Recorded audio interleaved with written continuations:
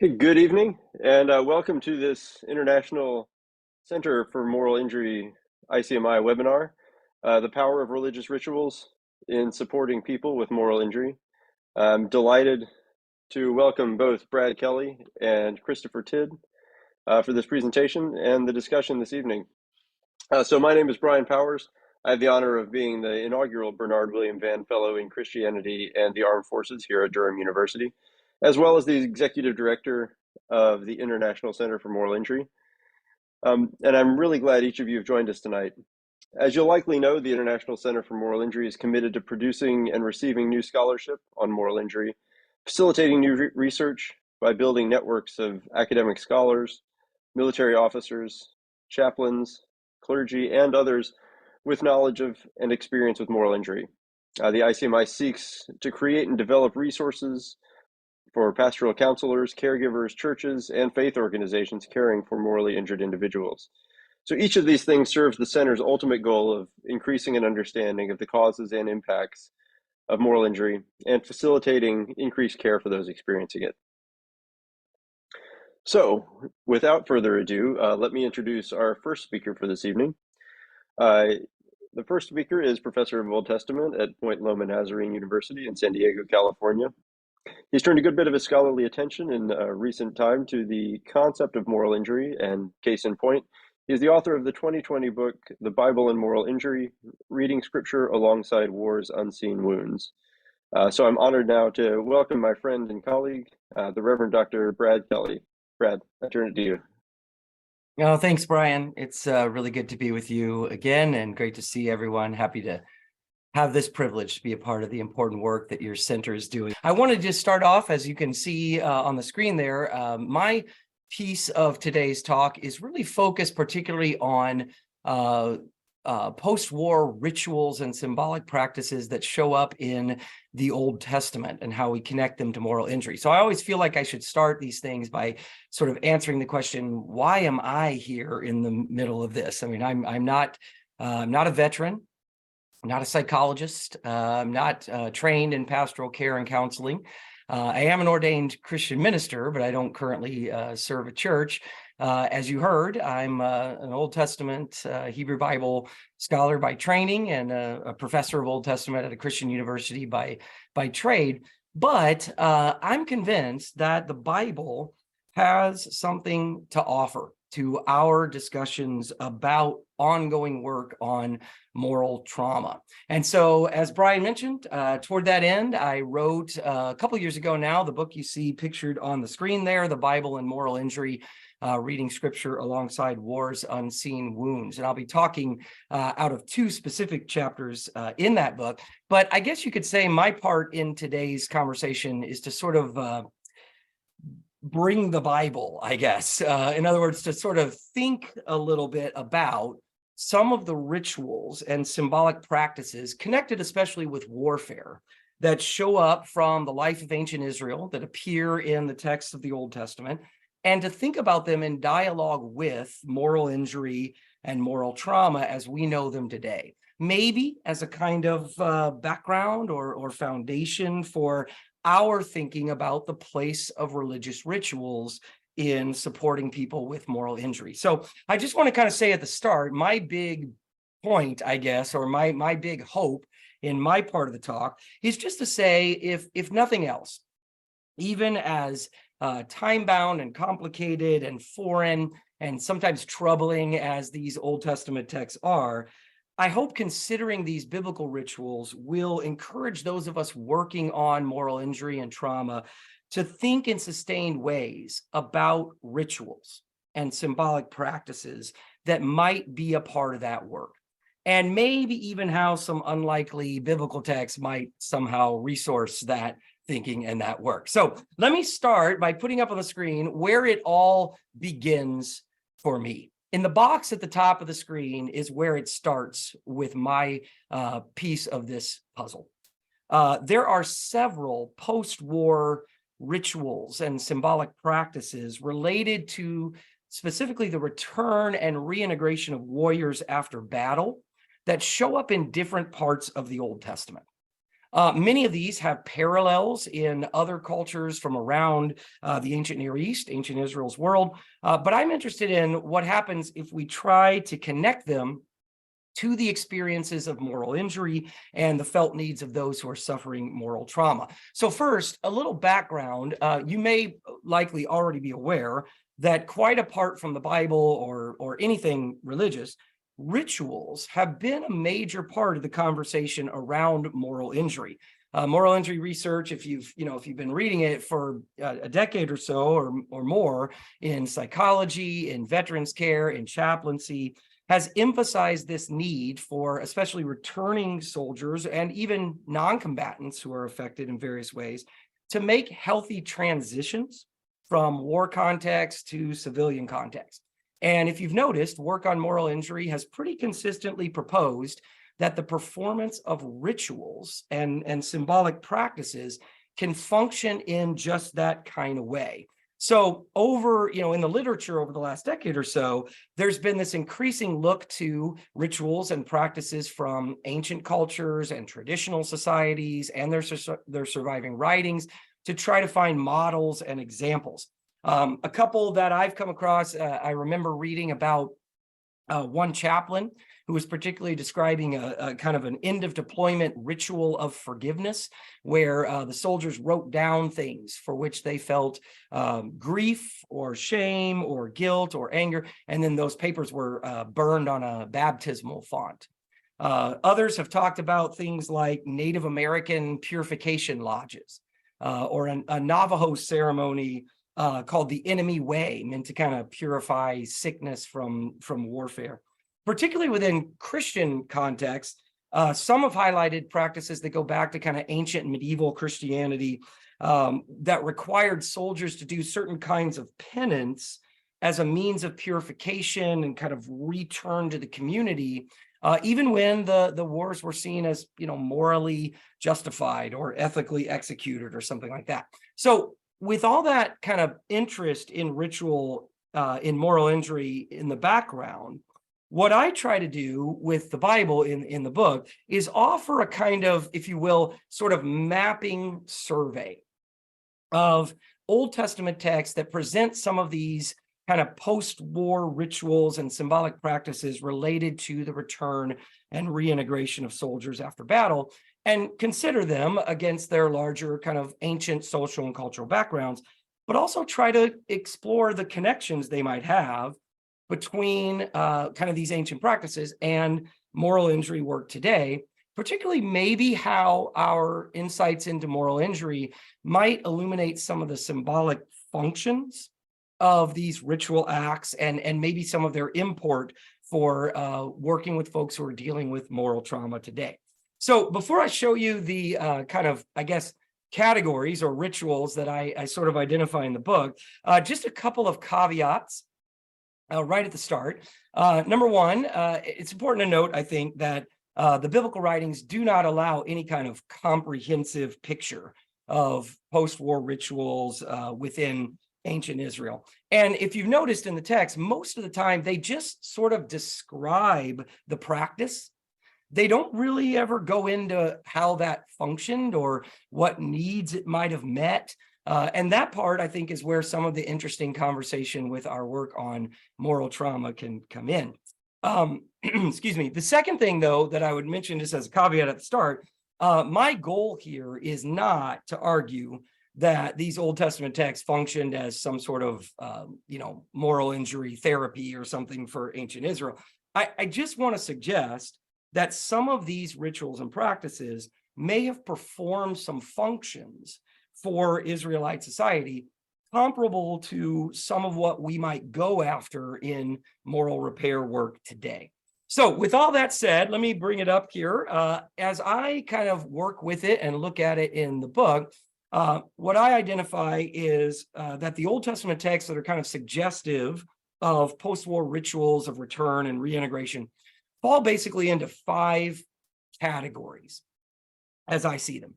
You can see them on the screen there with various biblical texts that kind of go with them. So number 1 is rituals of purification of warriors, captives, and objects. Secondly, the appropriation of spoils, particularly the redistribution of spoils after battle.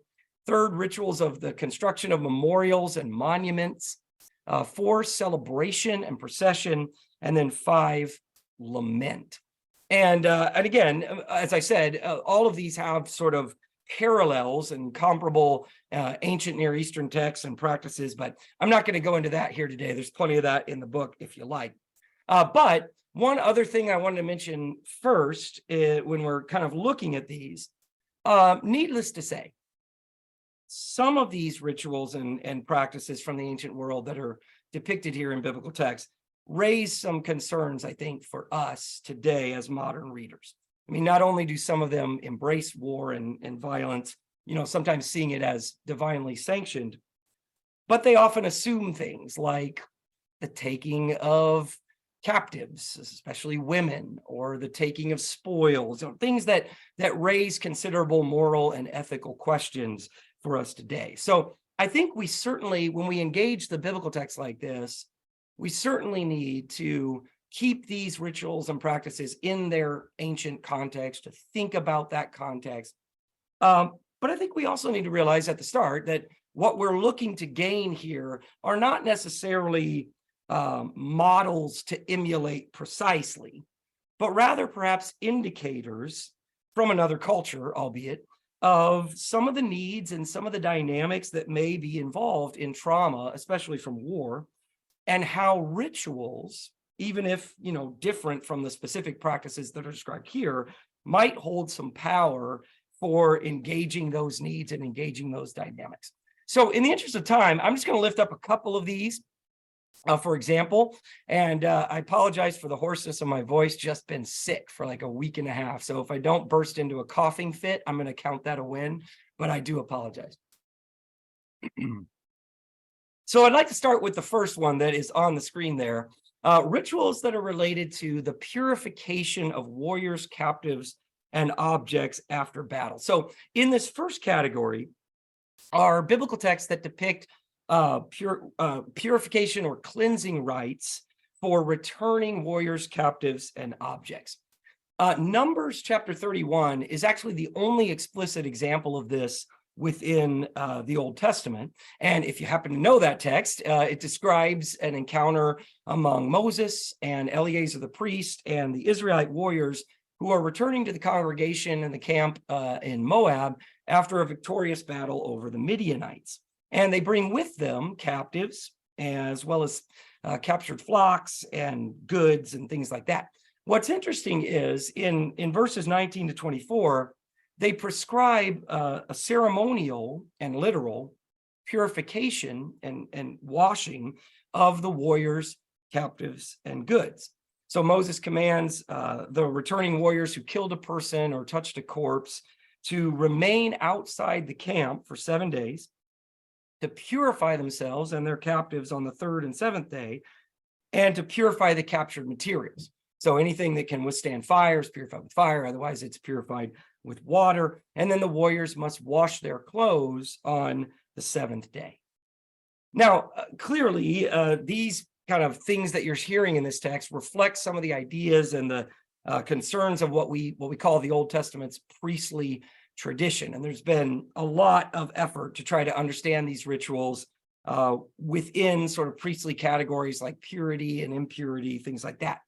But the bottom line that's interesting here to me is this is a text that sees warfare as ritually defiling in a way that's not quite shared by many of the other kind of war traditions in the Old Testament.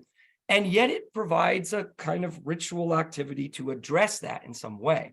So as I was thinking about us and the engagement with moral injury, at this level of sort of symbolic function, I started thinking there might be a connection here between the description of kind of rituals of purification after battle and the well-established emphasis within moral injury work that some sense of purification is needed, especially for soldiers in practices of return and reintegration as part of moral repair.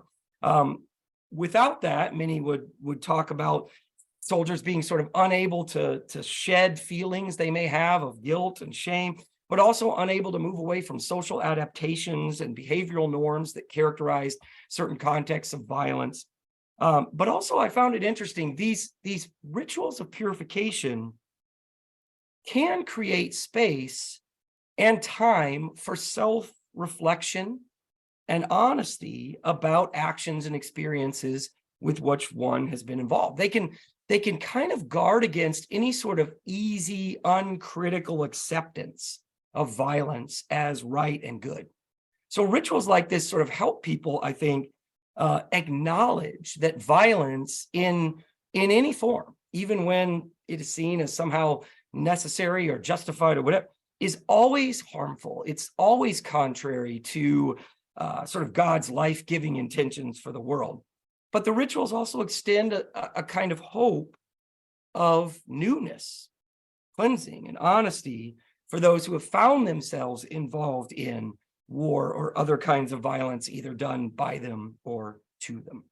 So that's the first category. Let me lift up also the second category that appears there, this category of the appropriation and division of spoils after battle. So in this category, scattered across various Old Testament books, are nearly 24 references to the appropriation and use and division of spoils after battle. Now, again, I just have to say, like, I already don't like these texts. I mean, we're talking about the taking of spoils, and there's all kinds of things here that are problematic, but I wanted to try to think through what's here that might be helpful as a resource for our thinking about ritual and moral trauma today, if anything. And I'm talking here specifically about texts that don't just talk about taking spoil, but particularly those that talk about doing something with the spoil. So if you can look on the screen, you can see there are specifically sort of two types of post-battle practices about the appropriation and dividing of spoil that show up in these texts. One is several texts describe the act of redistributing spoils after battle among both combatants and non-combatants. So you can see a variety of the texts there. I won't take time to read any of them, but overall, they describe sort of in various ways Israelite, commanders or kings or others directing that spoil from a particular victorious battle be redistributed not just among the warriors who fought, but also in some cases among those who stayed behind in the camp, and even those who never went and stayed back home altogether. Then we have a second type that is another set of texts that describe the redistribution and dedication of spoils into sanctuaries and temples. And again, you can kind of see the list of texts that are there. These texts describe in various ways commands or actions in which spoils from battle are deposited into a sanctuary or a temple, sometimes explicitly as offerings to gods and sometimes for use by the temple, whatever. Here's what fascinates me about these texts. The biblical texts don't provide any kind of sustained reflection on the symbolic function of the appropriation and division of spoils after battle. In other words, they don't talk at all about what these acts might have meant to those who practiced them, or at least those who described them in the text. And that's where I think some of our intersection with moral injury might come in.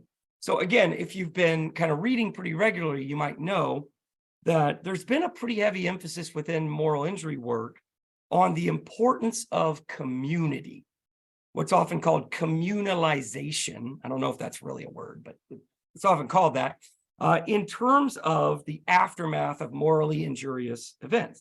So specifically, there's been some moral injury work that has suggested that the ability for, especially soldiers, to overcome moral injury depends on the opportunity to reframe war-related experiences as part of communally owned and executed things that are part of broader significances. So I was thinking, for example, perhaps the redistribution and the sharing of spoils even with non-combatants functions symbolically in some way to reframe the warfare communally, something that's communally rather than just individually or personally owned and executed, and giving some sort of sense that the moral responsibility, the moral burden is somehow shared, not just by the warrior, but by the community, even those who are kind of outside of the direct conflict.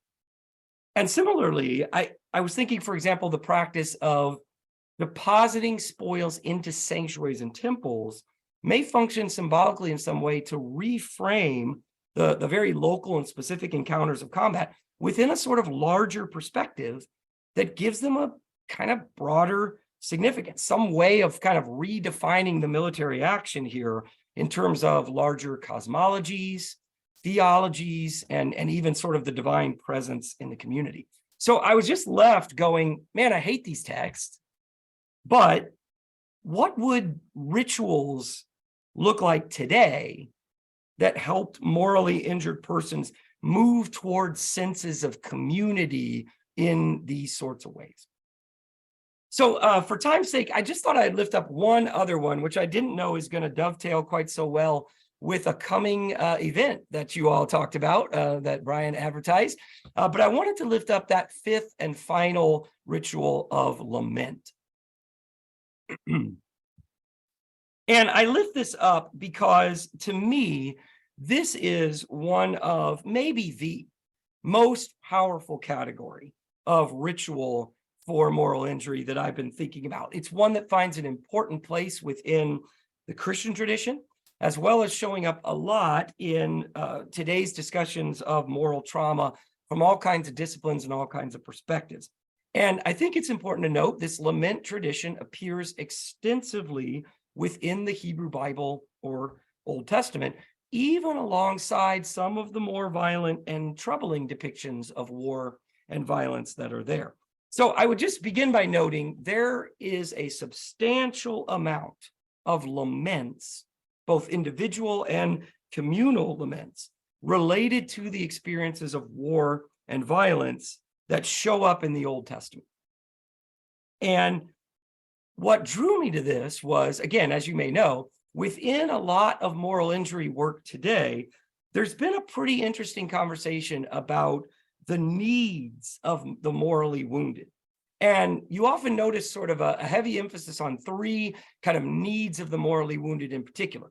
One is the literature will talk about the need for example, returning soldiers to speak honestly about their experiences, to somehow be able to honestly talk about what they've done, what they've seen, what they've experienced, what they've witnessed. The morally injured need opportunities for honest, uninhibited truth-telling. A second thing we often see is people talk about the need for forgiveness. Forgiveness of self, yes, but also forgiveness of others.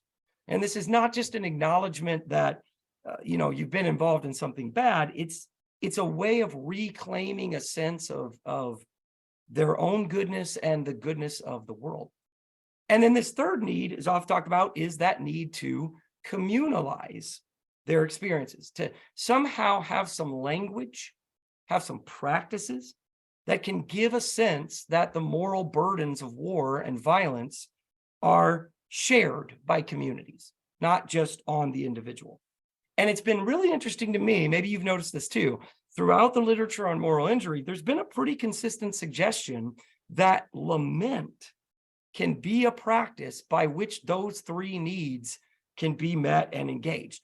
And so I started thinking about, like, what happens if we think about the Old Testament's laments tradition through this lens? So when you go to the Old Testament, you can see kind of war-related lament compositions showing up in various places in the Old Testament historical books, Old Testament prophets. We have the Book of Lamentations, but then especially there are the Psalms.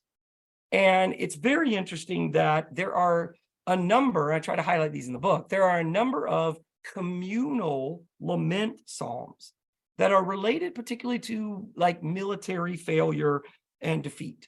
And there are also, of course, personal lament psalms, laments about oppression by enemies or the need for divine forgiveness. So at the end of the day, I just kind of found myself wondering, how the practice of lament might connect particularly to those felt needs of honesty, forgiveness, and community, and thinking about even the Bible's lament tradition in that way, that these laments give a kind of full, unbridled expression to experiences and feelings. And they acknowledge for both, personal wrongdoing and feelings of having been betrayed. All of that is in there. And they certainly draw in the community to listen, to validate, to somehow engage with these experiences and the responsibility and the pain. Well, there's a lot more here than that, but I just want to finish up my time by kind of returning back to this question of why rituals. I know that's the topic of the day, but maybe to insert with that also, why the Bible, and maybe end on that. So I do want to again say what I said near the start, which is whatever functions these kind of ancient rituals or their biblical portrayals might have had in their ancient context, there are certainly elements here that we should be rightly troubled by. We don't want to try to justify and sanctify some of these things, or necessarily see these biblical rituals as kind of direct models for us today. But I do think what I said at the beginning is true. That is my hope, my big point, I guess, is just to say, if nothing else, as time-bound and complicated and foreign and sometimes troubling as this Old Testament stuff is, I hope that by even just considering the biblical rituals, it might encourage those of us who are working with moral injury and trauma today to think in sustained ways about rituals and symbolic practices. How can they be a part of this work? And maybe how even some seemingly unlikely biblical texts might be a resource for thinking and working in those ways. But I do want to finish up by just saying why I think rituals matter in this larger conversation. And I think engaging rituals and practices is a way of symbolically acknowledging that morally injurious things have happened. They've been committed. They've been experienced. It's a way of acknowledging that reality. And I do believe that rituals and symbolic practices relate to that really important trend in moral injury work, thinking about community. How do we build community? How do we communalize experiences? Since rituals are normally those things undertaken by groups, they certainly seem to offer a resource for attending to the communal dimensions of moral pain and moral harm. But I'll just end by saying, though, that I think maybe even most importantly for me, taking up rituals for those who are suffering trauma is a way of acknowledging what we've often referred to as the somatic turn in trauma studies. That is, this movement toward emphasizing how bodies and physicality are involved in both trauma and its healing. So cognitive re-narrating of experiences or telling the story, it won't always by themselves sort of work to reverse the damage that's caused by trauma. Since the body itself remembers, the body should be involved in healing practices. And there, in my view, may lie the real power of religious rituals for supporting people with moral trauma. So again, apologies for the voice. Thanks for bearing with me. I'll go ahead and stop there. And Brian, I'll turn it back over to you and look forward to more. Thank you. Brilliant. Thank you so much, Brad. There's a lot of wonderful things you brought out there. So as an introduction, I met our second speaker this past year, and I'm really quite thankful for that. The conversation on moral injury is certainly enriched by his experience and voice. He's a veteran of the Canadian Armed Forces and of both conflicts in Iraq and Afghanistan recently, and an MDiv student at Huron College at the University of Western Ontario in Canada. And so I'm honored to welcome my friend Chris Tidd. Chris? Thanks, Brian. It's been an interesting journey arriving here today. Not only did it start with my military service, but in an Old Testament class with my own professor, Dr. Tracy Lamouche, and her wonderful work on violence, personhood, dehumanization as it's represented in the Hebrew Bible.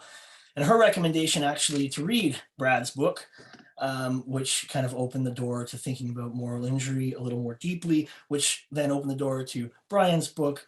And now having met both of them and being here today, it's an immense privilege to be here. First, my apologies along with Brad. I'm also battling the remnants of a cold still, so I ask for your forgiveness if I have to take a second here and there throughout. Just to begin, my many thanks to Dr. Brian Powers, Dr. Jane Lidstone, and the International Center for Moral Injury at Durham University for this unexpected and undeserved invitation. It truly is a privilege to be here alongside Dr. Kelle that I do not take lightly. So I enter this time of sharing some of my own story, experience, and reflections in the hope that it might be edifying or otherwise helpful for others, whatever their relationship to or experience of moral injury. I've been asked to speak on my experience, not specifically of moral injury today, but of course, how participation in ritual has provided a means of exploring, understanding, and even helping to heal from this experience. Let me preface all this by saying that I am not a theologian, I'm not a ritual theorist, so all of this is only a short reflection on my own experience. I'll begin by providing some personal background and context, and then from there I'll explore my journey of seeking faith and then how Christian rituals invited and ushered me into that faith once again, and in turn proved efficacious in working through moral injury. I'll then seek to reflect theologically on this experience by touching briefly on St. Maximus the Confessor as someone I've begun to find immensely helpful as I begin to build a theological foundation for these experiences. Before all of this, however, I think it will be helpful to start with someone else's story, who perhaps was not so unlike me when I first released from military service and found myself standing on the threshold of a university chapel, crying out for mercy and seeking desperately for something I could not yet see. Throughout the gospel accounts, there are stories of Jesus healing the blind. What is of interest to me is the way in which Jesus went about this healing. In Mark chapter 8, Jesus does not heal with a simple touch or word, but puts saliva on the man's eyes. Likewise, in chapter 9 of John's gospel, Jesus goes one further, spitting on the ground in order to make mud, spreading it over the blind man's eyes before telling him to go wash in the pool of Siloam.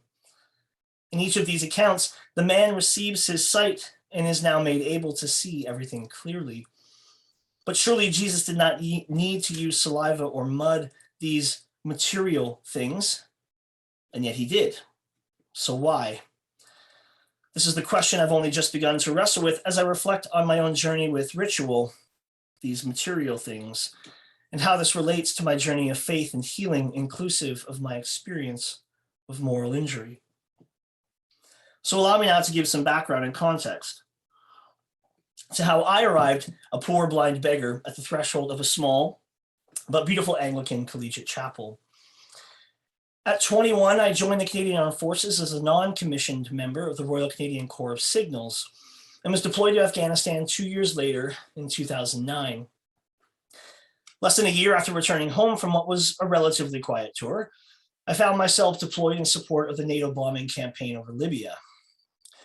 I was then seconded to the intelligence branch, serving in a specialized role, which saw me deployed for my third and final tour to northern Iraq in 2015 to 2016, before voluntarily releasing from the forces in 2017. I had never intended to make the military a career, but the momentum of my service and the promise of unending tours swept me along. Upon returning home from my last tour, coming to the end of nearly 10 years of active duty and seeing the toll it had taken, I knew I was done and needed to find another path forward. But as I transitioned back into civilian life and started at university to complete my BA, it didn't take long before feelings of anxiety, depression, a sense of betrayal, and an inability to trust anyone began to come to the forefront. Turning increasingly inward, I was left in a kind of void, not belonging here or there. And though diagnosed with a stress injury, this did not offer any sense of relief or a meaningful path toward recovery. Nothing seemed to touch on the root of the problem. And so all in all, it felt like I was in a kind of no man's land, a liminal space with little hope. I eventually stumbled into the office of the new college chaplain, an Anglican priest who, seemingly by chance, had been a military chaplain for over 20 years. It wasn't long, feeling I had nothing to lose, before I was learning to say the daily office out of the Book of Common Prayer, and though very hesitant at first, found myself attending Sunday services in this small but beautiful chapel. The weeks and months went by, and I found myself immersed more and more in the liturgy and the daily office, as the penitential emphasis of the prayer book began to move me in sundry ways. The wise words of St. Silouan were shared with me during this season, in that I should seek to keep my mind in hell, but to spare not, as I was experiencing what was perhaps what I can only describe as a dark night of the soul. I found myself walking up toward the front of the chapel on Ash Wednesday, feeling as if I didn't belong, but also that there was nothing left to do at this point other than to step out in faith and receive this first rite, the imposition of ashes. In many ways, this was the culmination of the struggle of the last years and months, a symbol marked in materiality upon my flesh, representing not only my repentance as one who held such guilt and shame, but also in that only looking to myself, looking solely within for the answer, would lead me only to dust and ashes. And so this mark upon my forehead began to open me up to what was beyond myself, toward a deeper and transcendent reality beyond this simple smudge. I was in no rush to take the next step, but after a few more months had passed, attending Sunday services, learning to say the office, both my wife and I were baptized during a small gathering in the chapel. There was still a real distrust of these rituals, however. I grew up in the faith, but I grew up in a non-sacramental tradition and couldn't let go of that feeling that these were nothing but for a show or simple empty symbols. And yet there was also a very strong desire to want to believe in the efficacy of the rite. So as the water was thrice poured over my head, I could do nothing other than simply be present, receiving whatever the baptism brought. So yes, there was a real sense of purification of sin, inclusive of those related to my experience of moral injury. Yes, there was a sense of forgiveness and journeying down into death and being raised again. But at the time, I think the primary sense, or something I truly needed then, was justification. Though of course all one needs is faith, for me at this time, dealing with so much uncertainty, woundedness, and a deep sense of mistrust, there was also almost a need to be safe in belonging. But all in all, it was about being born as a whole new creation, being grafted into the body of Christ. And as a new creation, I felt I was able to live more fully in hope, that it was not me alone now, as one of dust and ashes, inclined and orientated toward myself and death, but rather a real sense of being joined to, through voluntary death, a matter of being raised into the life of Christ. Moreover, I was now part of a community, however small it seemed in that chapel, and was being joined to this same life present in them. While the Anglican understanding of confession was explained early on to me, wherein all may, none must, some should, there was a strong and growing feeling that perhaps I was probably one of those who should. During those often very dark nights, particularly in that journey through my first Lent, God had begun to reveal to me the deepest and darkest parts of my soul. And yet there in that desert, facing this seeming choice between death or life, God also, God also began to reveal to me by grace not only who I was and a clearer understanding of the things that I had done and participated in, but allowed me in some way I can only describe as mystical to see myself from a wholly divine perspective. The sacrifices of God are a broken spirit, a broken and contrite heart. O God, thou wilt not despise. And so it was only by learning to live in the light of this new divine perspective of who I am and who I could and would be as someone loved by God, that I began very slowly to learn how not only to begin to accept God's forgiveness, but find the means of forgiving myself. And so there in that same chapel, I fell to my knees and gave my first confession in the presence of this priest, but solely to God alone.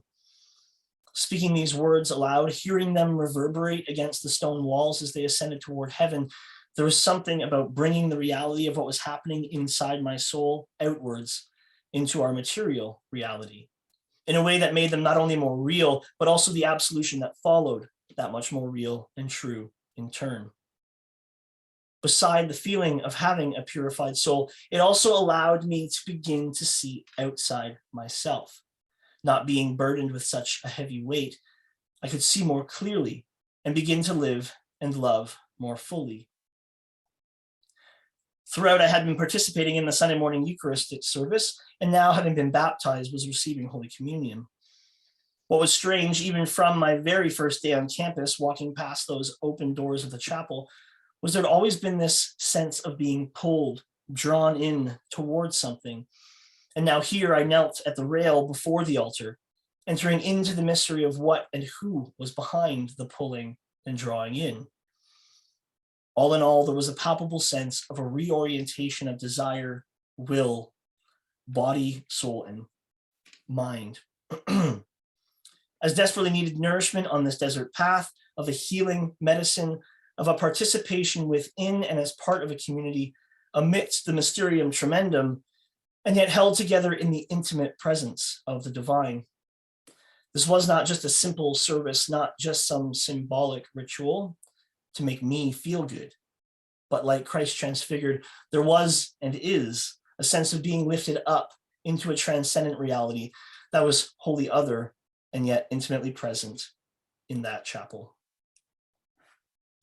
So there's so much more I could, would, and maybe even should say, and I'd be happy to expand in our discussion which follows, but for our purposes today, I'll now turn to St. Maximus the Confessor as a means of providing a very brief theological reflection in order to move beyond my own experience.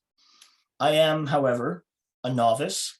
I'm feeling around in the dark most of the time, it seems, and all in all, I've barely blown off the dust off the cover of Maximus's work, as it were.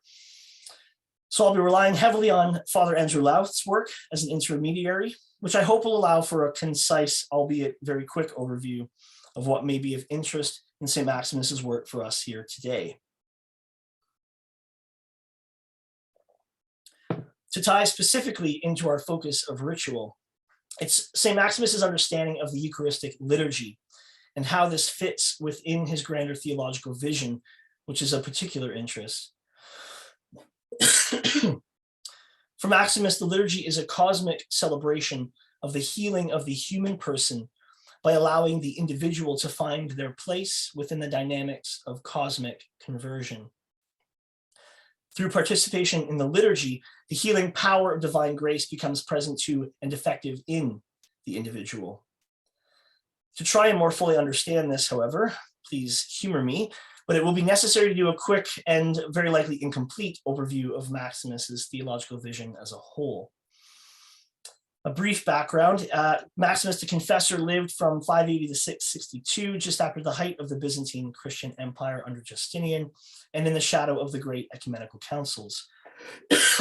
A monk, according to Greek tradition, he will become immensely influential in the Orthodox tradition as one who stood against monothelitism, despite being tried, mutilated, that is, having his tongue cut out and hands severed so that he could neither speak nor write heresy, and eventually dying in exile.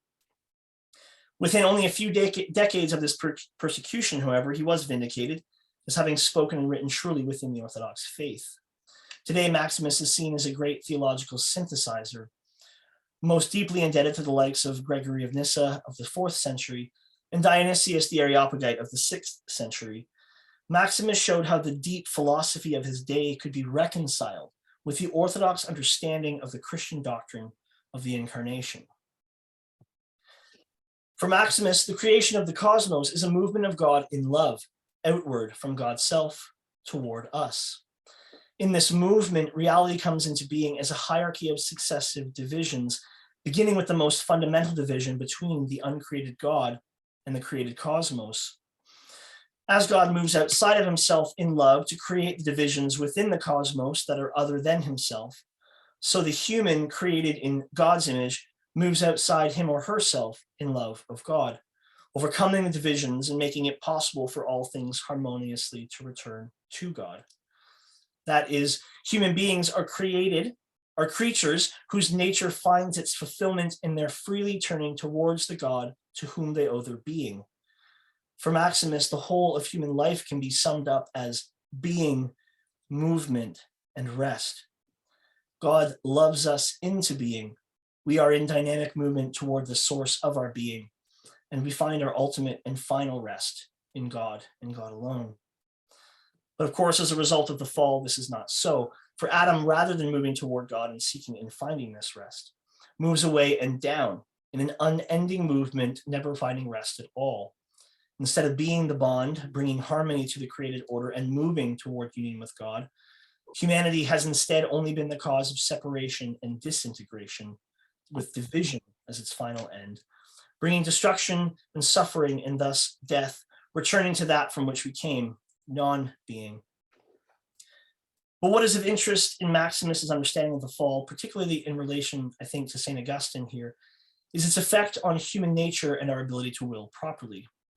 Maximus, relying on his Chalcedonian logic, claims a strict distinction between nature, what we are, created and ordered to desire and move towards God, and person, the way we are, what we are, through willing.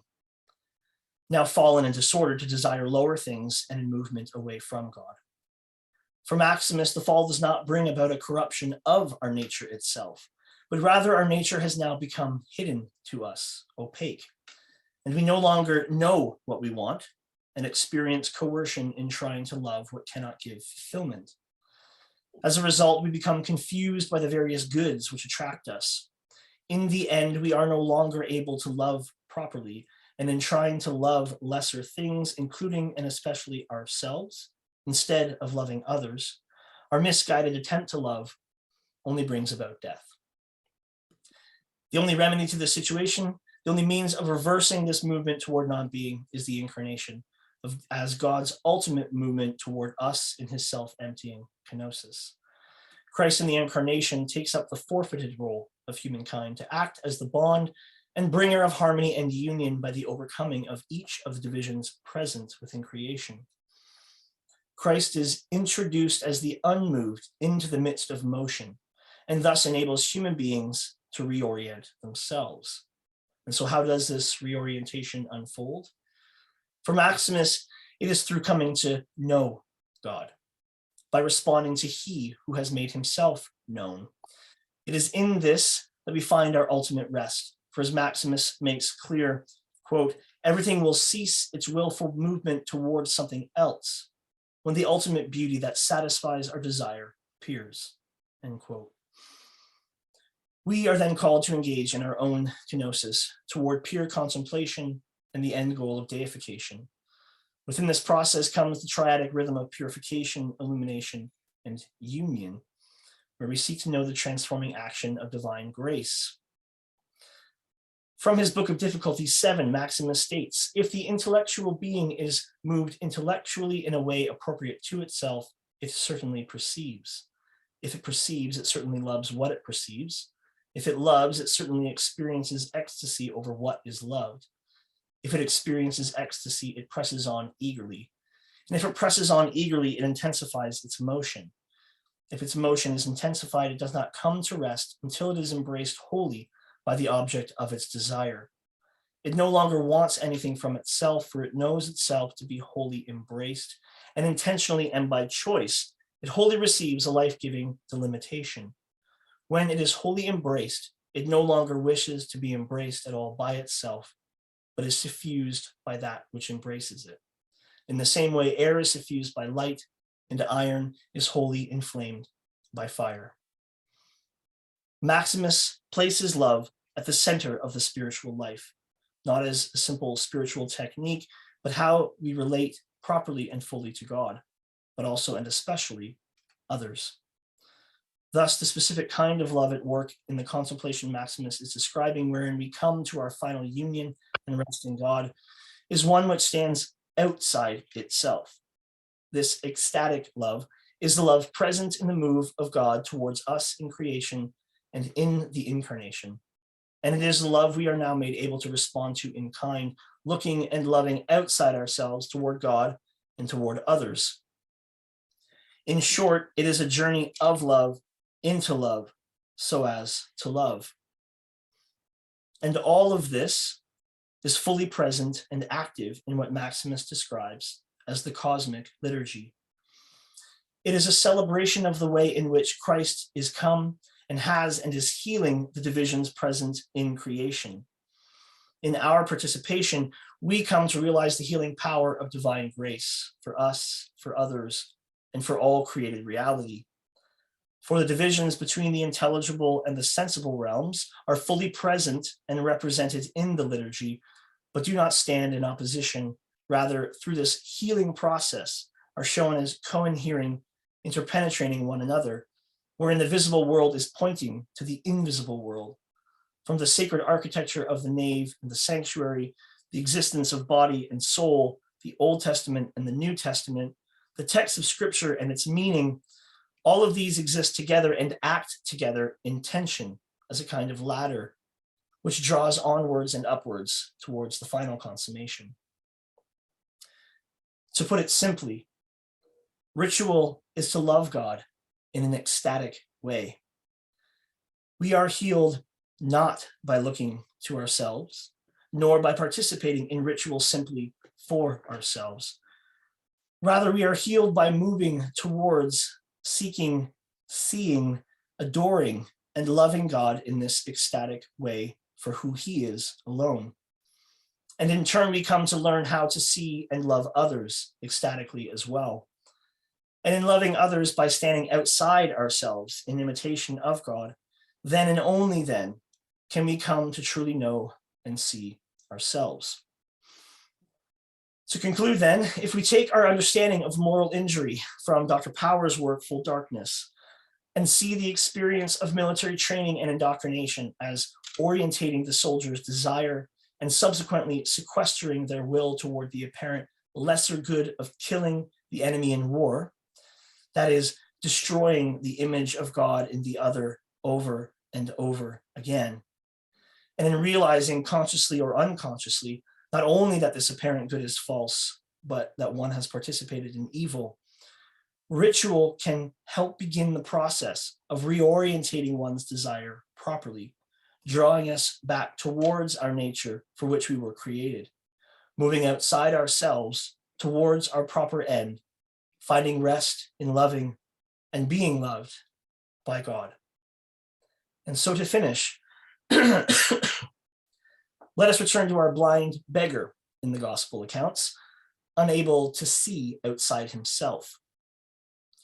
And as he moves towards Christ to be healed, Christ draws close to him and uses these material elements, saliva, mud, water, not because they are required or are a means in and of themselves, but rather for the blind man to feel and know their sensation. The saliva cold upon his face, the mud coarse and gritty, the sensation drawing his attention outside of himself. And as grace restores his sight, he can see clearly for the first time, not only God incarnate in Christ standing there before him, but now also others around him for the first time. Thank you. Brilliant. Thank you. Thank you, Chris, for that. Certainly. There's a lot of wonderful and thought-provoking things I know I've already got questions lined up about. I know there are some wonderful questions already in the chat that are posted, and we'll get to those in just a moment. I would ask if you do have questions as they occur to you or as they develop in the conversation that starts here, do please utilize the chat box for those, and we'll certainly get to those in due course. And thank you for doing that as I speak even. Wonderful. So I'm going to take the bully pulpit, so to speak, and just start by asking, I'll hold myself to one question. I've got a couple good ones here, I think, but I'm going to look at it this way. We've talked some about, Brad, the word that I will affirm, I think, is a word, communalization. And Chris, I think you touched on this as well. And I know that, of course, while rituals may certainly help us navigate transitions in experience that we find difficult to describe. And I think, Brad, you really, pointed out well, these rituals, if nothing else, affirm communally the idea that something is, there's boundaries here, there's moments here that need to be taken into account, there's actions, and even just the ritual itself implicitly kind of holds that up, and identifies things there. But I think even as I'm saying that and kind of going around the words, rituals help us navigate those things we find difficult to describe or even fully grasp. And so I think, are there ways in which modern rituals, even as practiced in our religious traditions, Chris has lifted up some good ways, but are there ways in which those modern rituals can also stifle further into the ineffable realms? AKA, what are the ways in which we might do ritual badly?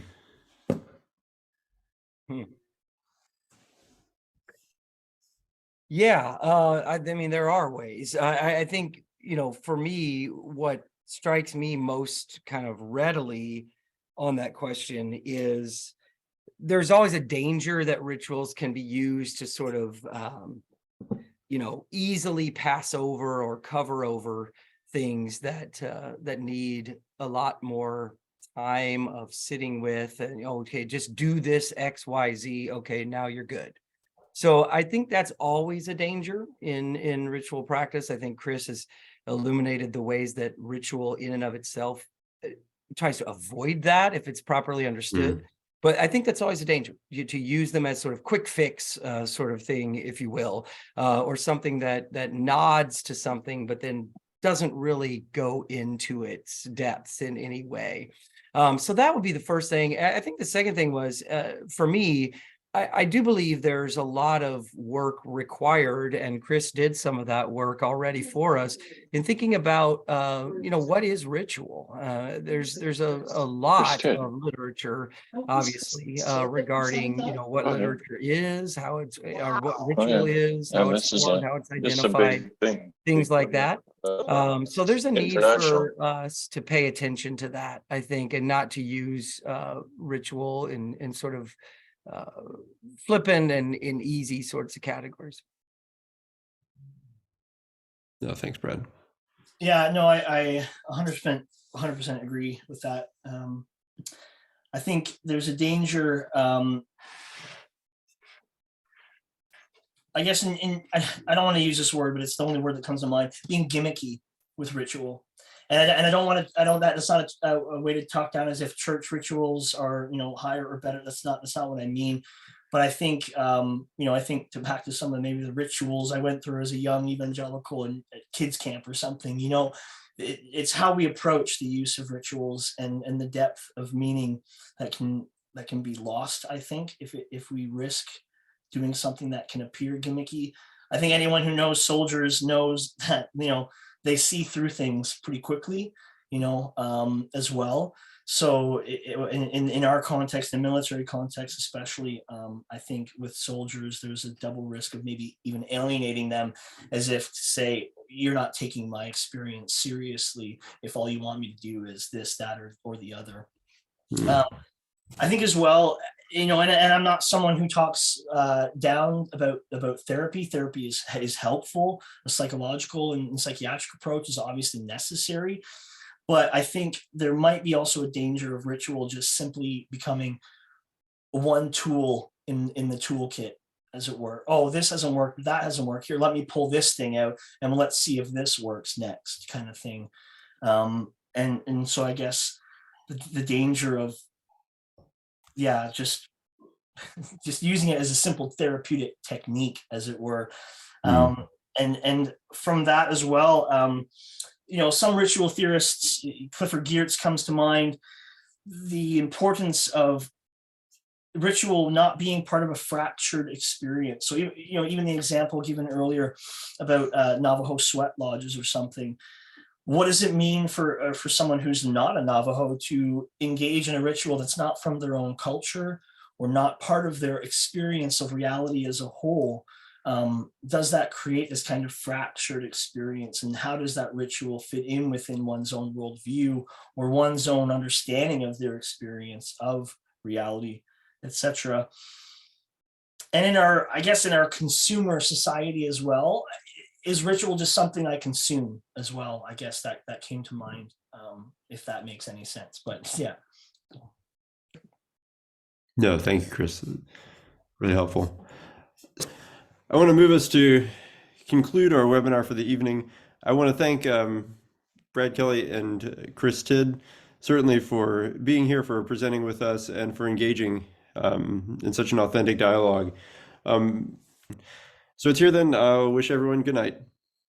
Thank you.